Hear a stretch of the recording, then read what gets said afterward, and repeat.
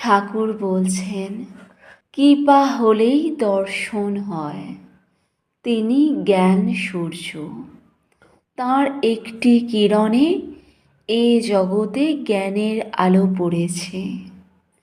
তবেই আমরা পরস্পরকে জানতে পারছি। আর জগতে কত রকম বিদ্যা উপার্জন করছি। তাঁর আলো যদি একবার তিনি নিজে তার মুখের ওপর ধরেন, তাহলে দর্শন লাভ হয়। ঠাকুর বলছেন, সার্জন সাহেব রাত্রের আঁধারে লণ্ঠন হাতে করে বেড়ায়। তাঁর মুখ কেউ দেখতে পায় না, কিন্তু ওই আলোতে সে সকলের মুখ দেখতে পায়, আর সকলে পরস্পরের মুখ দেখতে পায়।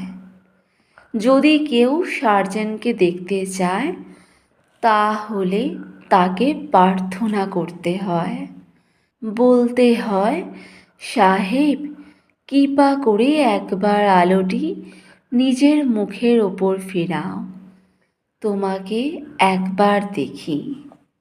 ঈশ্বরকে প্রার্থনা করতে হয়, ঠাকুর কৃপা করে জ্ঞানের আলো তোমার নিজের ওপর একবার ধরো, আমি তোমায় দর্শন করি। ঠাকুর বলছেন, ঘরে যদি আলো না জ্বলে, সেটি দারিদ্র্যের চিহ্ন। তাই হৃদয় মধ্যে জ্ঞানের আলো জ্বালাতে হয়।